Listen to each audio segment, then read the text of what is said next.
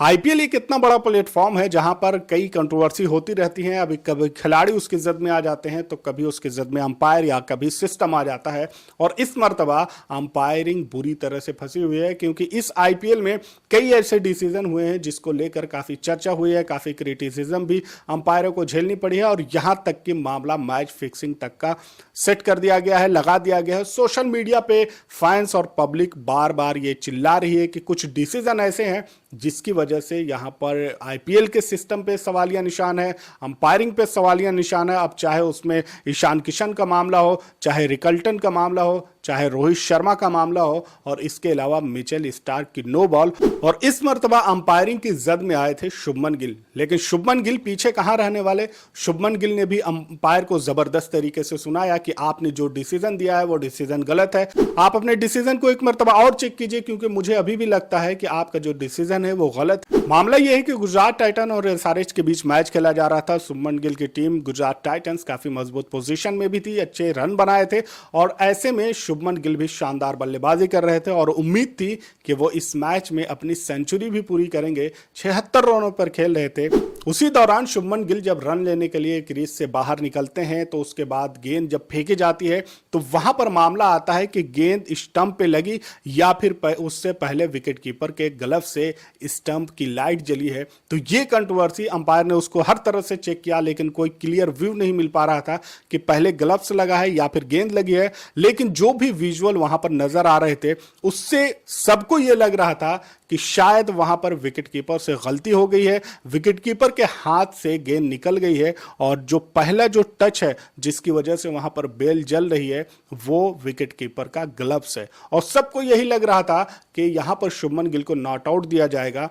कई मर्तबा चेक किया, हर एंगल से चेक किया गया, और उसके बाद आखिरकार शुभमन गिल को आउट ही दे दिया गया। लेकिन जब शुभमन गिल को आउट दिया गया तो वहां पर सब चौंक गए, क्योंकि जब आपको किसी तरह का क्लियर व्यू नहीं मिल रहा है तो जाहिर सी बात है ऐसा डिसीजन बैट्समैन के हक में जाता है, और उसके बाद वहां पर उन्हें नॉट आउट करार देना चाहिए था। काफी सवाल उठे, लोग इससे नाराज थे, जो स्टेडियम में बैठे थे वो भी चौंक रहे थे, और स्टेडियम के बाहर भी जो लोग सोशल मीडिया पर पूरी तरह से एक्टिव थे वहां पर भी इसकी प्रतिक्रिया दिखी।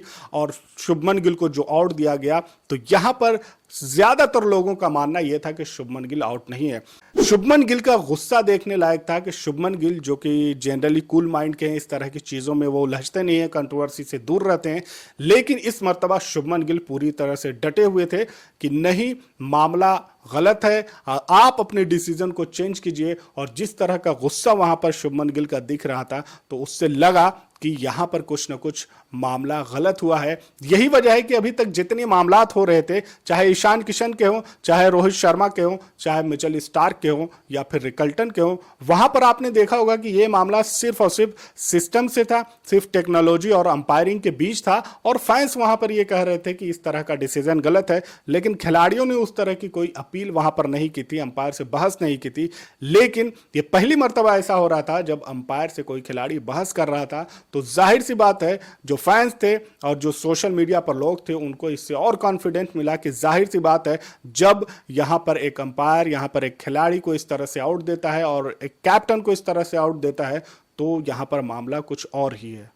इस मैच में दो बार शुभमन गिल को अंपायर के डिसीजन पर सवालिया निशान उठाते हुए देखा गया। पहला तो जब उन्हें आउट दिया गया, और उसके बाद जब वो फील्डिंग कर रहे थे, अभिषेक शर्मा जबरदस्त बल्लेबाजी कर रहे थे, ऐसे में वहां पर उनके आउट को लेकर भी शुभमन गिल अंपायर से जाकर सवाल करते हैं और उनके डिसीजन को चैलेंज करते हैं, और ऐसा दिखता है कि काफी नाराज रहते हैं। काफी देर तक वहां पर बहस होती है, अंपायर उन्हें समझाते हैं कि यह डिसीजन जो दिया गया है सही है, लेकिन शुभमन गिल का मानना था कि अभिषेक वहां पर आउट थे और अभिषेक को आउट देना चाहिए था। लेकिन अंपायर ने जो डिसीजन दिया वही डिसीजन रहा, और इन दोनों जगहों पर शुभमन गिल पूरी तरह से नाराज थे।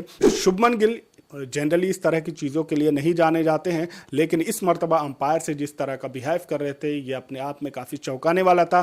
कुछ लोग यहाँ पर शुभमन गिल को भी ट्रोल कर रहे हैं कि अंपायर के खिलाफ इस तरह की चीज़ें नहीं करनी चाहिए और उनको अपने बिहेवियर पर कंट्रोल भी करना चाहिए। शुभमन गिल को क्रिटिसाइज भी किया जा रहा है, शुभमन गिल के सपोर्ट में भी लोग बोल रहे हैं, क्योंकि अंपायरिंग से पहले ही सवालिया निशान उठे हैं कि किस तरह की अंपायरिंग हो रही है, मैच फिक्सिंग है। और मैच फिक्सिंग का जहाँ तक मामला आईपीएल में आ रहा हो, लोग तो उठा ही रहे थे, लेकिन राजस्थान रॉयल्स ने भी एक मरतबा ये कह दिया कि इस तरह की चीज़ें हो रही है। मीडिया में वो न्यूज़ पूरी तरह से छा रही थी कि राजस्थान रॉयल ने इल्ज़ाम लगाया है कि उसके खिलाफ मैच फिक्सिंग हुई है।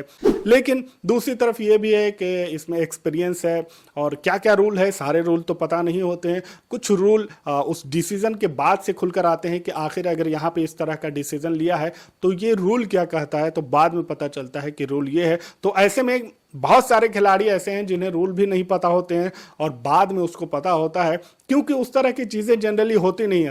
मिसाल के लिए आप सहवाग के इंटरव्यू को ले सकते हैं, जिसमें उन्होंने कहा कि मैंने बहुत सारे मैचेस खेले, इंटरनेशनल मैचेस खेले, डोमेस्टिक मैचेस खेले, लेकिन मुझे ये रूल नहीं पता था कि विकेट कीपर का ग्लव्स अगर स्टंप से आगे आ जाता है तो वहाँ पर आप अगर आउट भी हो तो आपको आउट नहीं करार दिया जाएगा।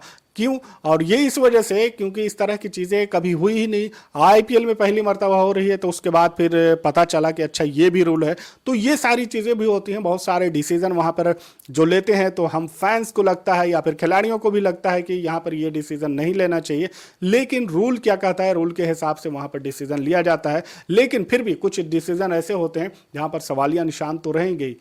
जो पब्लिक सामने देख रही है तो उस पर सवाल उठाएगी। ईशान किशन का मामला देख लीजिए, बॉल लगी नहीं, वो बाहर जाने के लिए तैयार है, अंपायर अभी नो बॉल दे रहे थे या वाइड दे रहे थे, ये कुछ नहीं समझ में आ रहा था, वो कंफ्यूज थे और आखिर में आउट दे देते हैं। वहाँ पे थर्ड एम्पायर जब बाद में चेक करते हैं तो पता चलता है कि गेंद तो इनके बल्ले को लगी ही नहीं। तो ऐसे में रिकल्टन जब बाहर चले जाते हैं, आउट दे दिया जाता है, मुंबई के वो खिलाड़ी थे, उसके बाद उन्हें वापस बुलाया जाता है, थर्ड एम्पायर चेक करते हैं कि ये आउट है कि नहीं। तो ऐसे में ईशान किशन जब इस तरह से बाहर जा रहे थे, उन्हें आउट दिया गया था, तो थर्ड एम्पायर ने उनका जो डिसीजन था उसे क्यों नहीं चेक किया, उसको भी चेक करना चाहिए था और ईशान किशन को वापस बुलाना चाहिए था, लेकिन ये तमाम चीज़ें नहीं हुई। तो इसी वजह से ये तमाम सवाल उठते रहते हैं। इस पूरे मामले पर आपकी क्या राय है कि कमेंट में ज़रूर बताएं। मिलते हैं अगले वीडियो में, तब तक के लिए आप अपना ख्याल रखें। Thanks for watching.